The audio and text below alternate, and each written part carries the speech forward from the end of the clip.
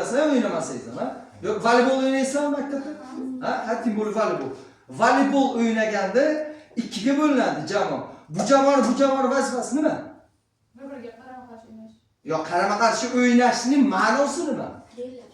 Bellashish. Kimdir nima qilish kerak? Yutish kerak, ha? Qaranglar. Futbol, voleybol nima bo'lishidan qat'iy nazar, bitta jamoa ikki jamoa bilan o'ynaganda yutish kerak-da, maqsad shu. Kim ko'rgan ana voleybolda? Qilib o'ynagan voleybolni kim ko'rgan? Nima uchun? Chunki aniq maqsadi bor uni. Maqsad, o'sha maqsadi bor odam hech qachon kulmaydi. Men sizga o'z tushuntiryapman, bolalar, kuldirmayapman. Men sizga tushuntirmoqchi bo'lyapman. Nima haqida gap ketayotganini tushuninglar deb gapiryapman. O'sha uchun har xil qiliqlar qilib ko'rsatyapman.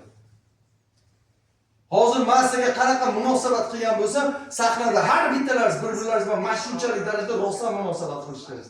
Yolg'ondan chiqib so'zlaringizni aytib beradigan bo'lsangiz, pastga ta'siri yo'q. Fonogramma nima bilasizmi? Fonogramma nima? Kim eshitgan shu rozasi?